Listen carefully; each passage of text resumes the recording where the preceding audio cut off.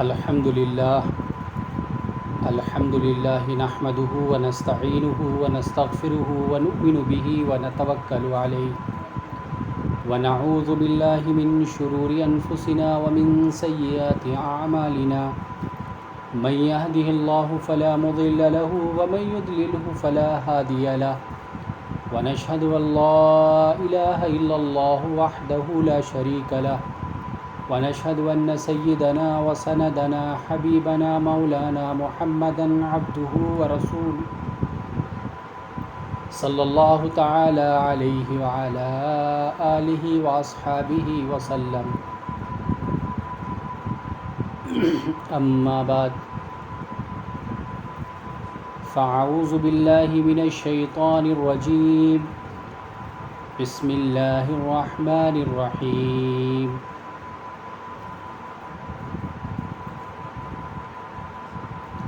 الف لام میم ذلك الكتاب لا ريب فيه هدى للمتقين.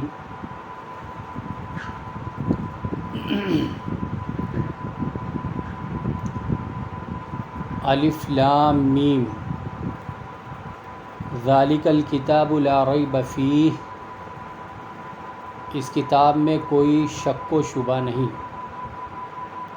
ہدی للمتقین، یہ راستہ بتلانے والی ہے اللہ سے ڈرنے والوں کو.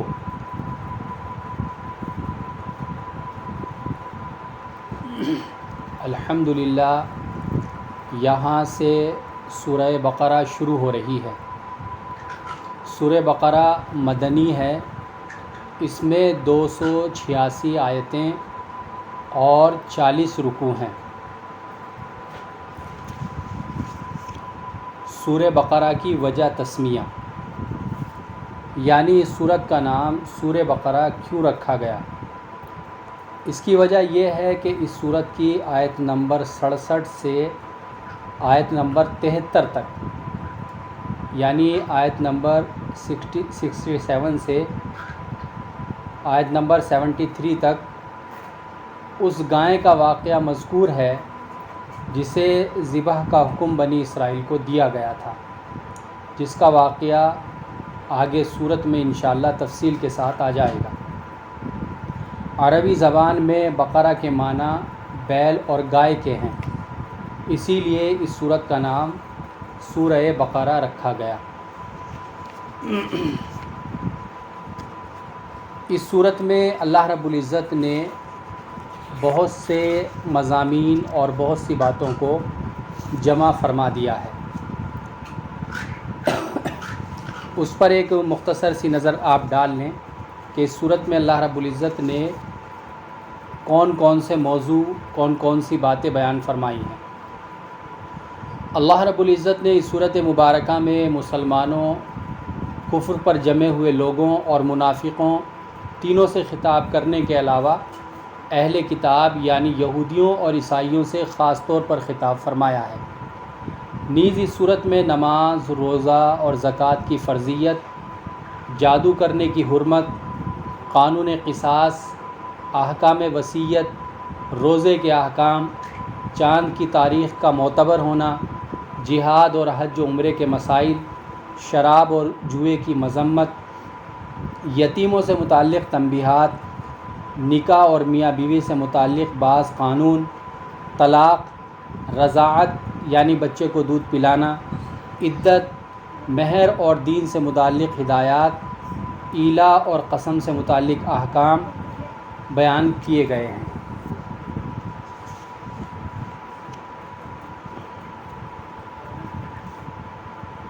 یہاں سے قرآن کریم کی سب سے بڑی سورت سورہ بقرہ شروع ہو رہی ہے. اس کی تفسیر شروع کرنے سے پہلے اس سے متعلق چند اہم ضروری باتیں ملاحظہ فرما لیں. احادیث شریفہ میں سورہ بقرہ کے بہت سے فضائل و فوائد وارد ہوئے ہیں. ہم ان کو آپ کے سامنے بیان کرتے ہیں، غور سے ملاحظہ فرمائیں.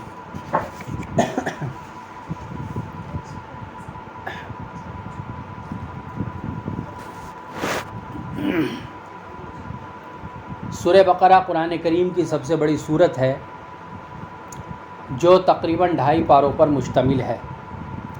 اس صورت میں 286 آیات اور 6221 کلمات اور 25500 حروف ہیں۔ قرآن کریم کی سب سے لمبی آیت بھی اسی صورت میں موجود ہے جو اس کی آیت نمبر 282 ہے۔ مدینہ طیبہ میں سب سے پہلے اسی صورت کا نزول شروع ہوا۔ اس صورت مبارک کی ایک خصوصیت یہ ہے کہ قرآن کریم میں سب سے زیادہ مسائل اسی صورت میں بیان ہوئے ہیں، بلکہ اسلام کے 5 ارکان ہیں اور پانچوں ارکان اور شعبے اللہ رب العزت نے اس صورت میں بیان فرمائے ہیں۔ وہ کیا ہیں؟ نمبر 1 ایمان، نمبر 2 نماز، نمبر 3 زکوٰۃ، نمبر 4 روزہ اور نمبر 5 حج۔ ان پانچوں ارکان کو اسی صورت میں بیان کیا گیا ہے۔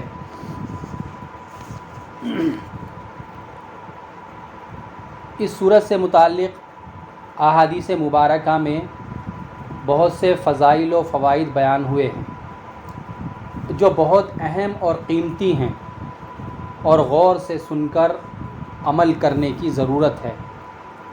وہ احادیث کی روشنی میں کیا بیان ہوئے ہیں ہم اس کو آپ کے سامنے بیان کرتے ہیں۔ نمبر 1، رسول اللہ صلی اللہ علیہ وسلم نے ارشاد فرمایا، سورہ بقرہ کو پڑھا کرو، سورہ بقرہ کو پڑھا کرو کیونکہ اس کا پڑھنا برکت ہے اور اس کا چھوڑنا حسرت اور بدنصیبی ہے، اور اہل باطل اس پر قابو نہیں پا سکتے۔ مسلم شریف حدیث نمبر 804۔ علامہ قرطبی رحمۃ اللہ علیہ نے حضرت معاویہ رضی اللہ تعالیٰ عنہ سے نقل کیا ہے کہ اس جگہ اہل باطل سے مراد جادوگر ہیں، جو اللہ کے نبی صلی اللہ علیہ وسلم حدیث شریفہ میں ارشاد فرما رہے ہیں کہ اہل باطل اس پر قابو نہیں پا سکتے، تو یہ اہل باطل سے مراد کون لوگ ہیں؟ تو علامہ قرطبی نقل فرماتے ہیں اہل باطل سے مراد جادوگر ہیں۔ مطلب یہ ہے کہ اس صورت کے پڑھنے والے پر کسی کا جادو نہ چلے گا۔ اللہ اکبر! کتنا بڑا فائدہ ہے اس صورت کا کہ اس کے پڑھنے والے پر جادو اثر نہیں کرے گا۔ نمبر 2، اللہ کے رسول صلی اللہ علیہ وسلم نے ارشاد فرمایا، جس گھر میں سورہ بقرہ پڑھی جائے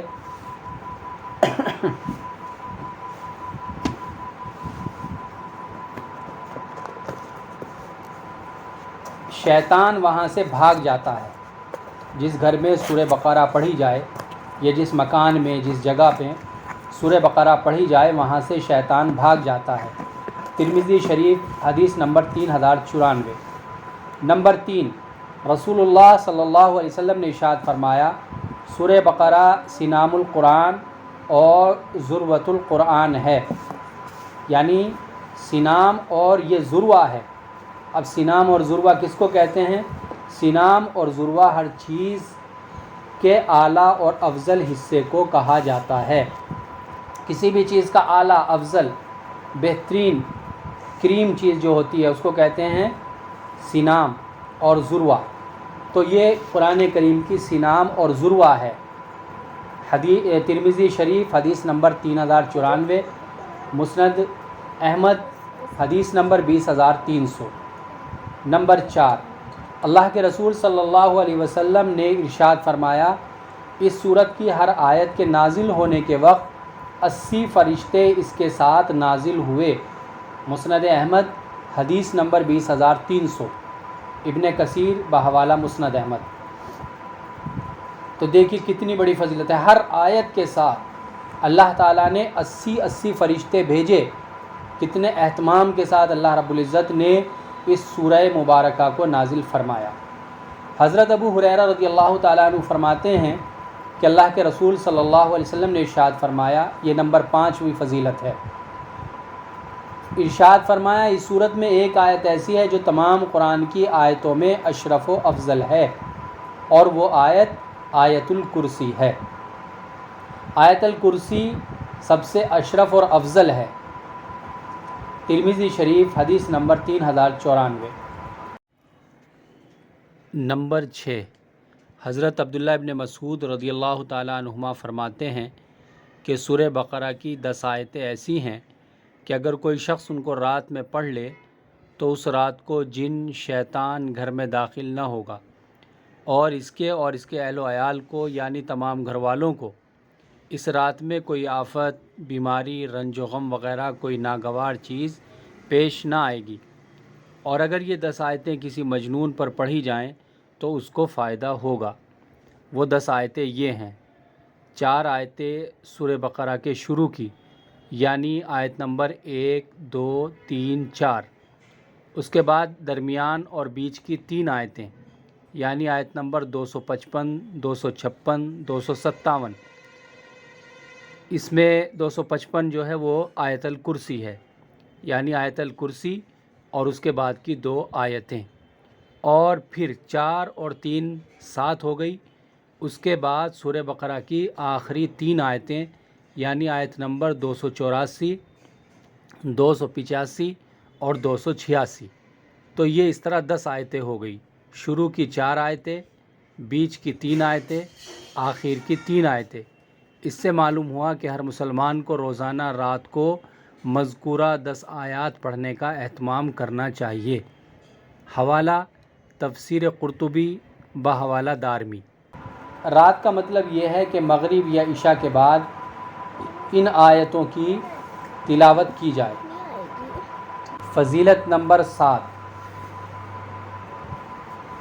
حضرت بریدہ رضی اللہ تعالیٰ عنہ فرماتے ہیں کہ رسول اللہ صلی اللہ علیہ وسلم نے ارشاد فرمایا، سورہ بقرہ کو سیکھو کہ اس کا حاصل کرنا برکت ہے اور اس کو چھوڑ دینا حسرت و محرومی ہے۔ مسند احمد صفحہ نمبر 352/5۔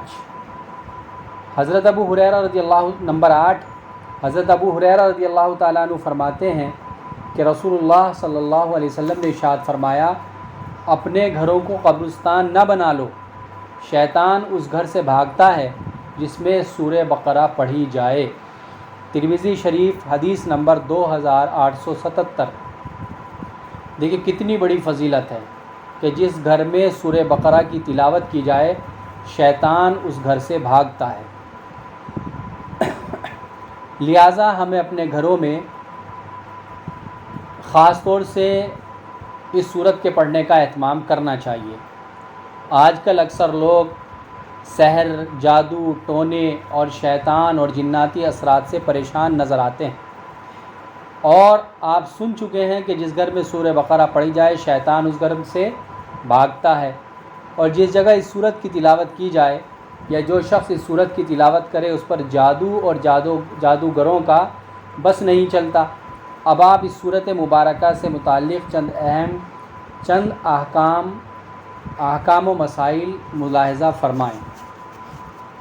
اب کچھ باتیں آپ کے سامنے اس سورت کے پڑھنے کے تعلق سے بیان کی جاتی ہیں۔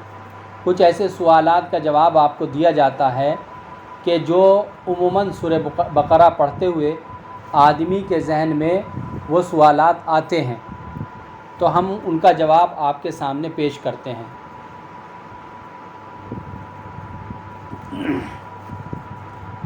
بہتر اور اعلیٰ درجہ تو یہ ہے کہ روزانہ 1 مرتبہ مکمل سورت کی تلاوت کی جائے، روزانہ مکمل سورت پڑھی جائے، یہ بہتر اور اعلیٰ درجہ ہے۔ لیکن اگر گھر کا ایک ممبر روزانہ مکمل سورت نہیں پڑھ سکتا، کیونکہ یہ تقریباً 2.5 پاروں کی ہے اور آدمی اپنی مصروفیت کی وجہ سے بیزی ہے، اس کی وجہ سے پوری سورت پڑھنا اس کے لیے ذرا مشکل ہے، تو اس کی صورت یہ ہے تو گھر کے ایک سے زیادہ ممبر مل کر اس سورت کو مکمل کر سکتے ہیں۔ یعنی ضروری نہیں ہے کہ ایک ہی آدمی پڑھے گا پوری سورت، بلکہ گھر کے چند افراد اکٹھے ہو کر، چند ممبر اکٹھے ہو کر اس سورت کی تلاوت کر سکتے ہیں۔ یہ آسان طریقہ ہے۔ اگر گھر میں ایک ممبر ہی قرآن پڑھا ہوا ہے، بعض جگہ ایسا ہوتا ہے، ایسا دیکھا گیا ہے کہ بھائی ایک ہی آدمی ہے قرآن پڑھا ہوا، یا گھر میں افراد ہی ایک ہے، فرد ہی ایک ہے، تو اب کیا ہوگا؟ اب وہ ایک آدمی کے لیے ذرا مشکل ہے پوری سورت مبارکہ روزانہ پڑھنا، اس کی تلاوت کرنا۔ تو اس کی صورت یہ ہو سکتی ہے کہ ایک دن پوری سورت کی تلاوت مشکل ہے تو زیادہ سے زیادہ تلاوت کر کے جتنے دن میں سورت کو مکمل کر سکتا ہے مکمل کر لے، اور ایک بار مکمل کرنے کے بعد پھر دوبارہ شروع کر دے۔ یعنی نصف صورت پڑھ سکتا ہے تو نصف پڑھ لے، اور چوتھائی پڑھ سکتا ہے تو چوتھائی پڑھ لے، یا جتنی بھی آسانی سے پڑھ سکتا ہے اس کو پڑھتا رہے، اور پھر 2 دن میں 3 دن میں جب صورت مکمل ہو جائے پھر دوبارہ سے اسی صورت کو شروع کر دے۔ تو اس طرح بھی اس کو پڑھا جا سکتا ہے۔ اگر گھر کے چھوٹے بچے سورہ بقرہ پڑھے ہوئے ہیں اور صحیح تلاوت کا اہتمام کرتے ہیں تو بچوں سے بھی اس صورت کی تلاوت کرائی جا سکتی ہے۔ یعنی ضروری نہیں ہے سورہ بقرہ کی تلاوت کرنے والا بالغ ہی ہو، بڑا ہی ہو، بلکہ اگر بچے پڑھے ہوئے ہیں چھوٹے بچے تو ان سے بھی اس کا تھوڑا تھوڑا حصہ تلاوت کرایا جا سکتا ہے، بشرط یہی ہے کہ وہ قرآن کو صحیح پڑھتے ہیں۔ نمبر 4، گھر، دکان، مکان، فیکٹری وغیرہ میں اس صورت کی تلاوت کا کم از کم 40 دن اہتمام کرنا چاہیے، چونکہ 40 دن میں اللہ تعالیٰ نے خاص برکت رکھی ہے۔ 40 دن میں اللہ نے خاص برکت رکھی ہے، تو لہٰذا کم از کم 40 دن کا تو اہتمام کر ہی لیا جائے، اور اگر مستقل ہی تلاوت کا معمول بنا لیا جائے تو بہت ہی بہتر ہے، اور انشاءاللہ بہت سے فوائد و ثمرات آپ اپنی آنکھوں سے اس سورۃ پاک کی تلاوت سے دیکھیں گے۔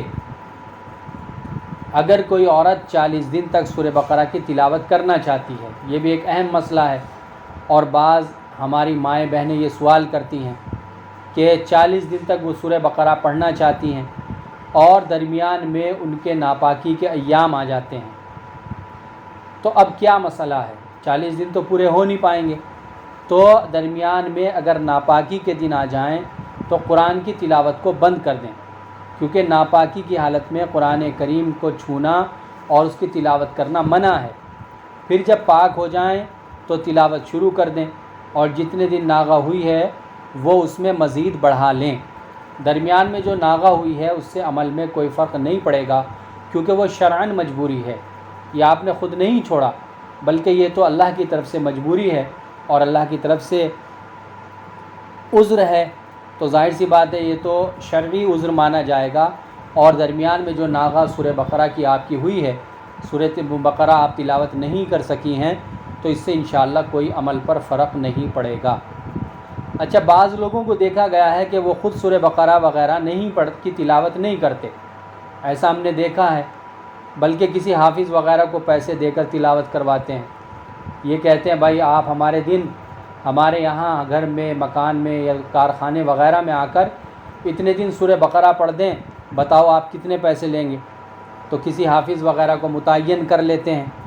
تو اچھی طرح سمجھ لیں، اس طرح پیسے دے کر قرآن کریم پڑھنا اور پڑھوانا جائز نہیں ہے، بلکہ آپ خود پڑھیں۔ اور میں اوپر بیان کر چکا ہوں کہ اگر آپ پوری سورہ بقرہ نہیں پڑھ سکتے تو جتنا حصہ اس کا آسانی سے پڑھ سکتے ہیں اس کو پڑھ لیں، اگلے دن اس سے آگے کا پڑھ لیں، تیسرے دن اور اس سے آگے کا پڑھ لیں۔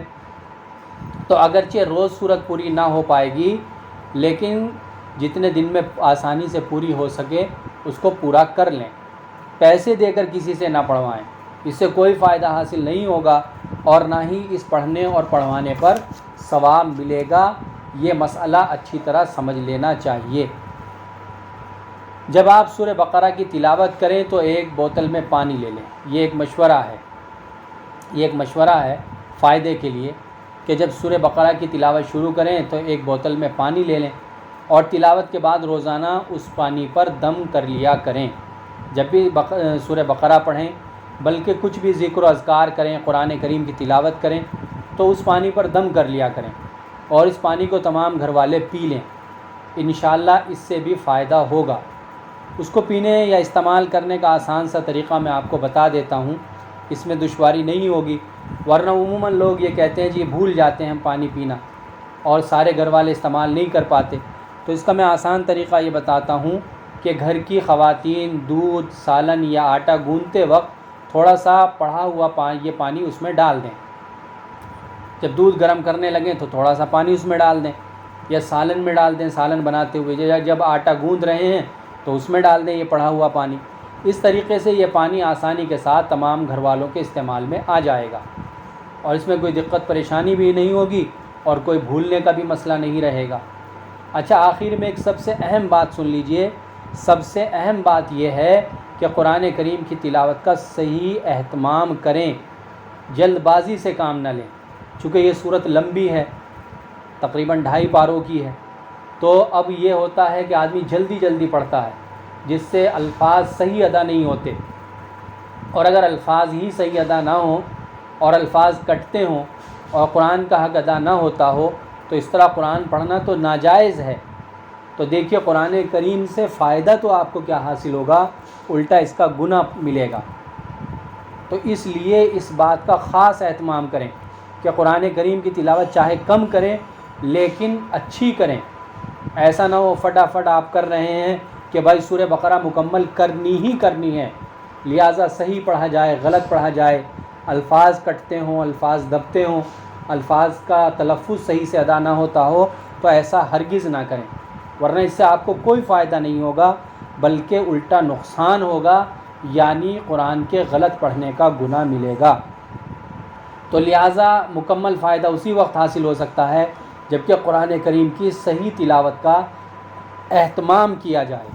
اور میں نے آپ کو بتا دیا کہ مکمل سورت اگر روزانہ آپ سے نہیں پڑھی جاتی تو کوئی فرض اور واجب نہیں ہے، بلکہ اگر آدھی آسانی سے پڑھی جاتی آدھی پڑھ لیں، آدھی اگلے دن پڑھ لیں۔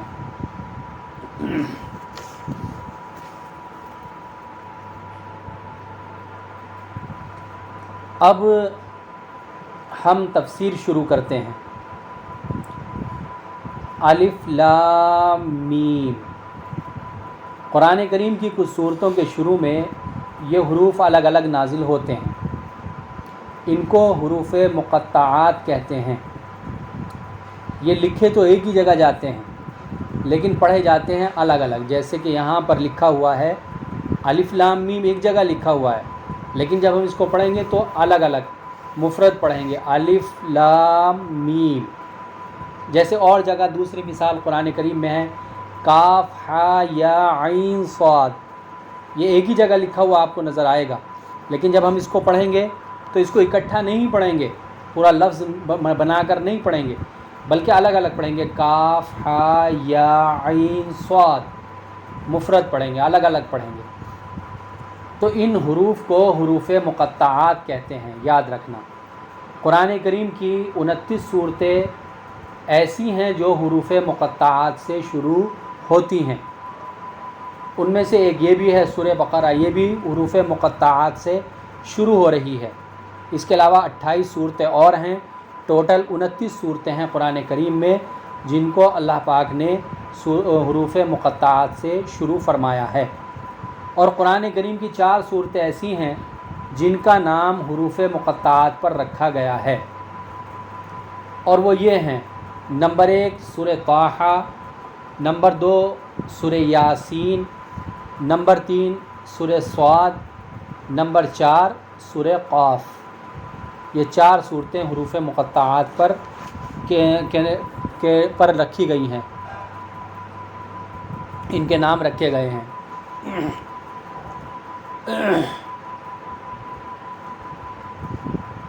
الف لام میم، حروف مقطعات کے معنی اور مطلب کے بارے میں صحیح بات یہ ہے کہ ان کا ٹھیک ٹھیک مطلب اللہ تعالیٰ کے سوا کسی کو معلوم نہیں، اسی لیے آپ جو ترجمے والا یا تفسیر والا قرآن دیکھیں گے تو آپ کو الف لام میم کے نیچے اس کا ترجمہ الف لام میم ہی لکھا ہوا ملے گا۔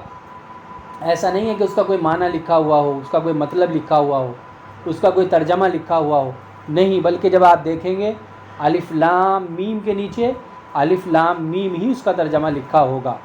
کاف ہا یا عین صاد کے نیچے کاف ہا یا عین صاد ہی لکھا ہوا ہوگا، اس کا کوئی مطلب لکھا ہوا آپ کو نہیں ملے گا۔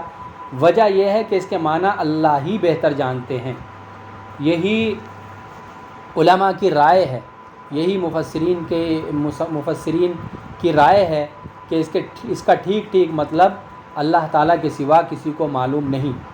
یہ اللہ تعالیٰ کی کتاب کا ایک راز ہے جس کی تحقیق میں پڑھنے کی ضرورت نہیں کہ بھائی اس کا کیا معنی ہے، یہ اللہ نے کیوں نازل کیا، کیسے نازل کیا۔ بس ہم اتنا سمجھ لیں، اتنا ایمان رکھیں کہ یہ بھی قرآن کریم کا حصہ ہے اور اللہ تعالیٰ ہی اس کے معنی اور مراد کو بہتر جانتے ہیں۔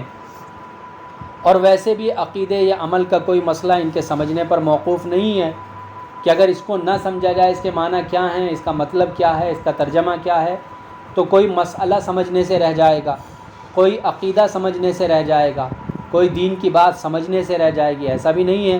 لہٰذا انسان کی اس سے ناواقفیت ہونے میں، انسان کے اس سے ناواقف ہونے میں کوئی حرج نہیں ہے کہ اگر ہم کو معلوم نہیں ہے تو کوئی بات نہیں ہے، اللہ تعالیٰ نے نہیں بتائے، اس کے رسول صلی اللہ علیہ وسلم نے نہیں بتائے، تو لہٰذا ٹینشن لینے کی ضرورت نہیں ہے۔ بہت سے لوگوں کی عادت ہوتی ہے، عادت کیا ہوتی ہے، بلکہ عربی کی ایک کہاوت بھی ہے، الانسان حریص مما منع، انسان اس بات کے ہی پیچھے پڑتا ہے جس سے اسے روکا جائے، منع کیا جائے، تو لہٰذا اس کی توہ میں نہ لگیں، تحقیق میں نہ لگیں کہ یہ ہو سکتا ہے، یہ ہو سکتا ہے، یہ ہوگا، وہ ہوگا، نہیں، بلکہ واللہ اعلم بمرادہ، اللہ ہی اس کے معنی، مطلب اور مراد کو بہتر جاننے والے ہیں۔ بس ہمارا اتنا ایمان ہونا چاہیے کہ یہ قرآن کا جز ہے، قرآن کا حصہ ہے، اور اللہ تعالیٰ نے اس کے معنی ہم کو نہیں بتائے۔ ذالک الکتاب لا ریب فیہ، اس کتاب کی ہر بات شک و شبہ سے پاک ہے، اس میں کوئی بات ایسی نہیں ہے کہ جس میں انسان کو شک و شبہ پیدا ہو، بالکل کلیئر کٹ باتیں قرآن کریم میں اللہ جل شانہ نے بیان فرمائی ہے۔ یہاں پر اللہ رب العزت قرآن کریم کے بارے میں ارشاد فرما رہے ہیں کہ ذالک الکتاب لا ریب فیہ، یعنی اس کتاب کی ہر بات کسی شک و شبہ کے بغیر درست ہے۔ انسان کی لکھی ہوئی کسی کتاب کو 100% شک سے بالاتر نہیں سمجھا جا سکتا۔ اچھا، یہاں بعض لوگ اشکال کر سکتے ہیں، میں اس کا بھی جواب دیتا چلوں آپ کو، کہ قرآن کہہ رہا ہے ذالک الکتاب لا ریب فیہ، قرآن تو ایسی کتاب ہے کہ اس میں کوئی شک والی بات ہے ہی نہیں، لیکن اب ذہنوں میں ایک سوال یہ آتا ہے کہ اس پر تو دنیا نے بہت سے شک پیدا کیے ہیں، اعتراض کیے ہیں، انگلیاں اٹھائی ہیں کہ یہ قرآن میں کیا لکھا ہوا ہے، یہ قرآن میں کیوں لکھا ہوا ہے۔ اب دو باتیں الگ الگ ہو گئی، اللہ فرمائے کہ اس میں شک و شبہ نہیں، اور دنیا کے بہت سارے لوگ اعتراض بھی کرتے ہیں۔ تو اب آپ اس کا جواب ملاحظہ فرما لیں کہ کیا مطلب ہے کہ یہ کتاب شک و شبہ سے پاک ہے، بالاتر ہے، اور ان لوگوں کے اعتراض کی کیا حقیقت ہے جو قرآن میں اعتراض پیدا کرتے ہیں۔ دیکھیں، انسان کی لکھی ہوئی کسی کتاب کو 100% شک سے بالاتر نہیں سمجھا جا سکتا۔ اگر کسی انسان نے کوئی کتاب لکھی ہے، کسی کتاب کا کوئی انسان رائٹر ہے، تو اس میں یہ نہیں کہہ سکتے کہ اس میں کوئی شک و شبہ نہیں، کوئی بات ایسی نہیں ہے کہ جس پر اعتراض نہیں کیا جا سکتا، جس پر انگلی نہیں اٹھائی جا سکتی، نہیں ہو سکتا ہے، چونکہ انسان ہے۔ الانسان مرکب من الخطأ والنسیان، عربی کی کہاوت ہے کہ انسان جو ہے وہ غلطی اور بھول چوک کا پتلا ہے، بنا ہوا ہے، اس سے غلطی بھی ہوگی، اس سے بھول چوک بھی ہو جائے گی، تو انسان سے غلطی بھی ہو سکتی ہے، بھول چوک بھی ہو سکتی ہے، تو لہٰذا کتنا ہی بڑا انسان ہو، کتنا ہی بڑا عالم کیوں نہ ہو، اس کا علم محدود ہوتا ہے، یعنی اس کا جو علم ہوتا ہے اس کی کوئی نہ کوئی لمٹ ہوتی ہے، لیکن چونکہ یہ کتاب اللہ تعالیٰ کی ہے جس کا علم لامحدود ہے، یعنی ان لمٹ ہے، اللہ کے علم کی کوئی لمٹ نہیں ہے۔ ہم یہ نہیں کہہ سکتے کہ بس اللہ کا علم جو ہے، اللہ کی معلومات اتنی ہے، نعوذ باللہ اس سے آگے اللہ کو معلوم نہیں ہے، نہیں، اللہ تعالیٰ کی علم کی کوئی لمٹ نہیں، اور اللہ تعالیٰ کے معلومات کی کوئی لمٹ نہیں ہے، اور 100% یقینی ہے اللہ کی بات، اس لیے اس میں کسی شک کی گنجائش نہیں ہے۔ ظاہر سی بات ہے، یہ اللہ کی بات ہے، اور اللہ کا علم جو ہے وہ ان لمٹ بھی ہے اور 100% صحیح بھی ہے، اس میں کوئی شک و شبہ والی بات نہیں ہے۔ تو قرآن چونکہ اللہ کی کتاب ہے، اللہ کا کلام ہے، لہٰذا اس میں شک و شبہ ہو ہی نہیں سکتا، کیونکہ کسی کلام میں شک و شبہ کی دو صورتیں ہوتی ہیں، ایک یہ کہ خود کلام میں غلطی ہو، بات ہی غلط لکھی ہوئی ہو، ایسا ہو سکتا ہے، تو پھر محل شک و شبہ ہو جاتا ہے، بھائی یہ کیا لکھ دیا۔ جیسے دنیا میں بہت سے رائٹر کی باتوں پر انسان کو آبجیکشن ہوتا ہے، اعتراض ہوتا ہے، بھائی یہ تم نے کیا لکھ دیا، نہیں یہ تو صحیح نہیں ہے، دوسرا کوئی آتا ہے وہ کہتا ہے بھائی یہ صحیح نہیں ہے، تو اس کے کلام میں، اس کی بات میں، اس کی تحریر میں، اس کی رائٹنگ میں غلطی ہوتی ہے، تو اس لیے اس کو غلط کہا جاتا ہے۔ دوسرا یہ کہ سمجھنے والے کے فہم اور سمجھنے میں غلطی ہو۔ کتاب میں تو کوئی غلطی نہیں ہے، لیکن جو اس کتاب کو پڑھنے والا ہے، جو اس کتاب کو پڑھ رہا ہے، اس کی سمجھ میں غلطی ہوتی ہے۔ ایسا بھی آپ نے دیکھا ہوگا، اس کی بھی مثالیں ہیں۔ بعض مرتبہ ہم کوئی کتاب پڑھتے ہیں لیکن بات سمجھ میں نہیں آتی، یہ کیا لکھا ہے کچھ سمجھ میں نہیں آ رہا ہے۔ پھر جو ہم سے زیادہ علم والے ہیں، ہمارے استاد ہیں، ہمارے بڑے ہیں، ہم ان سے کہتے ہیں کہ یہ بات ہماری سمجھ میں نہیں آ رہی ہے، آپ ذرا اس کو سمجھا دیں، تو پھر وہ سمجھاتے ہیں، دیکھو اس کا مطلب وہ نہیں ہے جو آپ سمجھے ہیں، اس کا مطلب یہ ہے۔ پھر ہم کہتے ہیں اوہو ہاں یہ بات تو صحیح ہے، اب بات میری سمجھ میں آ گئی۔ تو دیکھیے وہ کلام میں غلطی نہیں ہے، بلکہ وہ سمجھنے والے کی سمجھ میں غلطی ہے، چونکہ وہ آدمی اس کو صحیح سمجھ نہیں پایا۔ تو قرآن کریم کا معاملہ یہی ہے کہ کلام میں تو غلطی نہیں ہے، لیکن سمجھنے والوں کی سمجھ میں غلطی ہے۔ تو اس کو یہ نہیں کہیں گے کہ نعوذ باللہ قرآن شک و شبہ سے بالاتر نہیں ہے، قرآن میں بھی غلط باتیں ہیں، قرآن میں بھی جو ہے کچھ باتیں ایسی ہیں جو سمجھ سے بالاتر ہیں، عقل سے بالاتر ہیں، نہیں، بلکہ یہ سمجھنے والے کی غلطی ہے۔ اس دوسری صورت میں کلام محل شک و شبہ نہیں ہوتا، یہ تو دوسری صورت ہے، یعنی سمجھنے والے کی سمجھ میں غلطی ہے، کتاب میں غلطی نہیں ہے، تو اس سے کتاب غلط نہیں ہو جاتی۔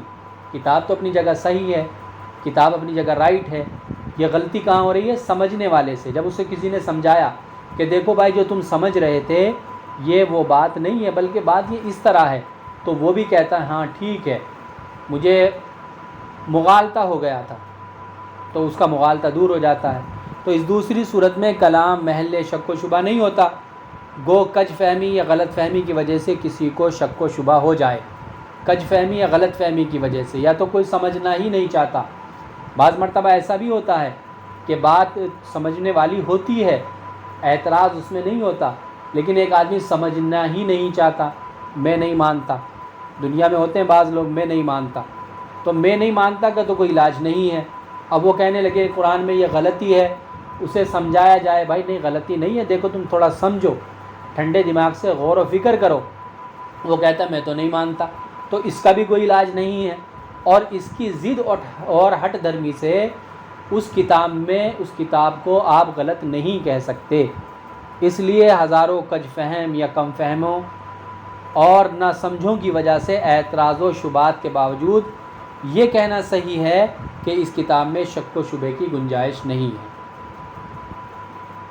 امید ہے کہ اعتراض آپ کی سمجھ میں آ گیا ہوگا، اس کا جواب بھی سمجھ میں آ گیا ہوگا۔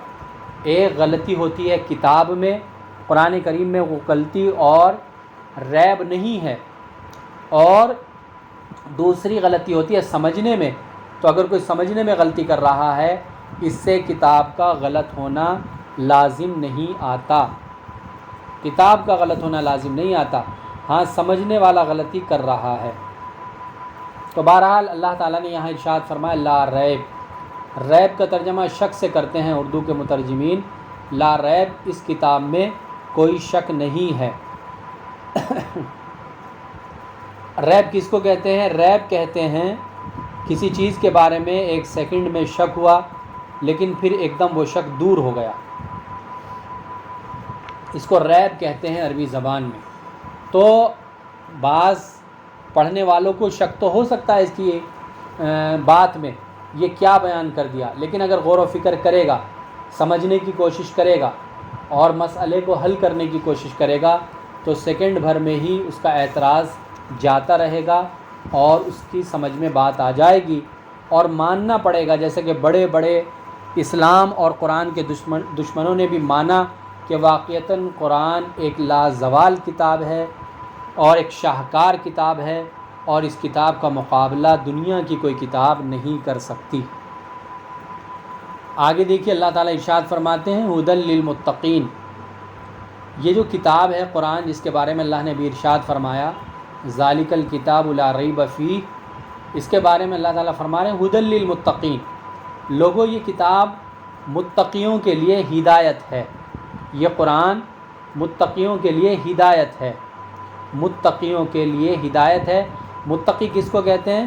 متقی اللہ سے ڈرنے والے، اللہ سے ڈرنے والوں کے لیے ہدایت ہے۔ اور ہدایت کس کو کہتے ہیں؟ یہ کتاب ہدایت ہے۔ مطلب کیا ہے ہدایت ہے؟ ہدایت کہتے ہیں سیدھا راستہ دکھانا۔ مطلب یہ ہوا کہ یہ قرآن سیدھا راستہ دکھانے والا ہے اللہ سے ڈرنے والوں کے لیے۔ اچھا، یہاں ایک بات آپ اور سمجھ لیں کہ اس سلسلے میں قرآن کریم نے دو باتیں ارشاد فرمائی ہیں، دو باتیں ارشاد فرمائی ہیں۔ بعض جگہ قرآن نے کہا ہے، بعض جگہ اللہ تعالیٰ نے ارشاد فرمایا قرآن کریم کے بارے میں ہدی للناس۔ ہدی للناس کا مطلب یہ ہے یہ قرآن ہدایت ہے تمام انسانوں کے لیے، تمام لوگوں کے لیے، چاہے وہ کہیں کے رہنے والے ہوں، کوئی بھی زبان بولنے والے ہوں، وہ مسلم ہوں نان مسلم ہوں، وہ اللہ کے ماننے والے ہوں یا اللہ کو نہ ماننے والے ہوں، تمام ہی انسانوں کے لیے قرآن ہدایت ہے۔ قرآن راستہ دکھانے والا ہے، قرآن گائیڈ کرنے والا ہے تمام انسانوں کو۔ اور بعض جگہ اللہ نے ارشاد فرمایا، جیسے کہ یہاں بھی ہم نے پڑھا ہدی للمتقین، قرآن گائیڈ کرنے والا ہے اللہ سے ڈرنے والوں کے لیے، اللہ سے ڈرنے والوں کو گائیڈ کرنے والا ہے، راستہ دکھانے والا ہے، ہدایت دینے والا ہے۔ اب ذہن میں ایک سوال یہ آتا ہے کہ اللہ نے دو مختلف باتیں ارشاد فرمائی، کہیں تو اللہ تعالیٰ ارشاد فرما رہی ہے تمام انسانوں کے لیے ہدایت ہے، اور کہیں اللہ تعالیٰ ارشاد فرما رہے ہیں کہ یہ صرف اللہ سے ڈرنے والوں، یہ اللہ سے ڈرنے والوں کے لیے ہدایت ہے۔ تو یہ اب دو الگ الگ باتیں ہو گئی۔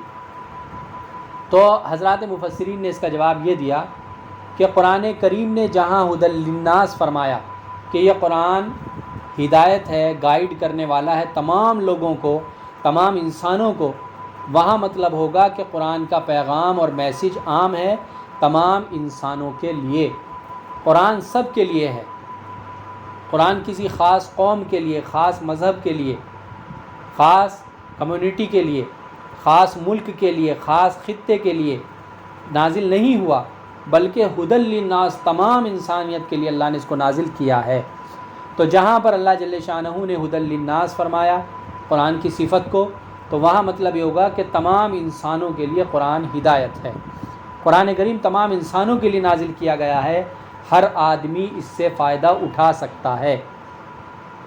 اور جہاں اللہ تعالیٰ نے فرمایا ہدی للمتقین، قرآن ہدایت ہے اللہ سے ڈرنے والوں کے لیے، متقیوں کے لیے، پرہیزگاروں کے لیے، تو وہاں مطلب یہ ہے کہ مخصوص ہدایت جو آخرت میں نجات کا ذریعہ بنے وہ متقین ہی کا حصہ ہیں۔ کیا مطلب؟ مطلب اور حاصل کلام یہ ہے کہ قرآن کا پیغام اور میسج تو تمام انسانوں کے لیے ہے، لیکن فائدہ اس سے وہی لوگ اٹھائیں گے جو اللہ سے ڈرنے والے ہیں، فائدہ انہی کو حاصل ہوگا۔ اگرچہ پیغام سب کے لیے ہے، میسج سب کے لیے ہے۔ جیسے کہ کوئی اعلان ہو رہا ہو، کوئی اعلان ہو رہا ہو، بھائی آپ فلاں جگہ پہنچیں، وہاں پر یہ فیسلٹی مل رہی ہے، مثلا کوئی ڈاکٹر صاحب بیٹھے ہوئے ہیں وہاں پر، آپ جا کے وہاں فری چیک اپ کرا سکتے ہیں، فری علاج کرا سکتے ہیں، ایک کیمپ لگا ہوا ہے، جیسا کہ ہم دیکھتے ہیں بہت سارے اس طرح کے اعلان ہوتے رہتے ہیں، ایک کیمپ لگا ہوا ہے، وہاں جا کر آپ فری میں اپنا چیک اپ کرا سکتے ہیں، فری میں آپ ڈاکٹر صاحب کو دکھا سکتے ہیں، کوئی فیس نہیں لگے گی۔ تو اعلان سب کے لیے ہے اور ہو رہا ہے، کسی زید عمر بکر ایکس وائی زیڈ کسی کے لیے، کسی خاص کے لیے نہیں ہو رہا ہے، سب کے لیے ہو رہا ہے۔ لیکن فائدہ کس کو ملے گا؟ فائدہ اس کو ملے گا جو وہاں جا کر اپنا علاج کرائے گا، اپنا رجسٹریشن کرائے گا، پھر اپنا علاج کرائے گا، وہ فائدہ اٹھا لے گا۔ اعلان سب کے لیے تھا، لیکن فائدہ کس نے اٹھایا؟ جو وہاں پہنچا اور جس نے رجسٹریشن کرایا اور جس نے ڈاکٹر صاحب سے ملاقات کی، وہ فائدہ اٹھائے گا۔ ایسا ہی بس بالکل سمجھ لیجئے کہ قرآن کا اعلان ہدایت تو سب کے لیے ہے، آؤ بھائی ہدایت کے لیے، آؤ بھائی جنت کی طرف، آؤ بھائی اللہ کی طرف، آؤ بھائی اسلام کی طرف، لیکن فائدہ سب کو نہیں ملے گا۔ فائدہ ہدی للمتقین ان کو ملے گا کہ جو کہ رجسٹریشن کرا لیں گے کلمہ پڑھ کر، اور جو کچھ ان سے کہا جائے گا، گائیڈ لائن جو ان کو دی جائے گی اس کو فالو کریں گے، اس کی اقتداء کریں گے، اور اس کو مانیں گے وہ لوگ اس سے فائدہ اٹھا لیں گے۔ میں سمجھتا ہوں اس مثال سے اچھی طرح آپ کی بات سمجھ میں آ گئی ہوگی کہ ھدی للناس اور ھدی للمتقین جو اللہ نے مختلف الفاظ سے ذکر فرمایا قرآن کا ہدایت ہونا، تو اس کا مطلب کیا ہے۔ یہ سورہ بقرہ کی آیت نمبر 1 اور 2 کی تفسیر الحمدللہ اللہ جل شانہ کی توفیق سے مکمل ہو گئی ہے۔ اب آگے اللہ رب العزت نے ان خوش نصیب لوگوں کی علامت اور کوالٹی بیان فرمائی ہے کہ جن خوش نصیبوں کے لیے قرآن کریم ہدایت بنتا ہے۔ قرآن کہہ رہا ہے نا، قرآن ہدایت ہے متقیوں کے لیے۔ اب اللہ نے متقیوں کی کچھ تفصیل اگلی آیتوں میں بیان فرمائی ہے کہ سنو متقی کون ہیں۔ الذین یؤمنون بالغیب ویقیمون الصلاۃ ومما رزقناہم ینفقون، یہ آگے ان خوش نصیب متقیوں کی کوالٹی اللہ بیان فرما رہے ہیں کہ دیکھو اگر تم قرآن سے ہدایت حاصل کرنا چاہتے ہو تو متقی بنو، اور متقیوں کی صفت اور کوالٹی یہ ہے جو ہم آگے بیان کر رہے ہیں۔ اس کا بیان انشاءاللہ درس تفسیر کے اگلے حصے میں آئے گا۔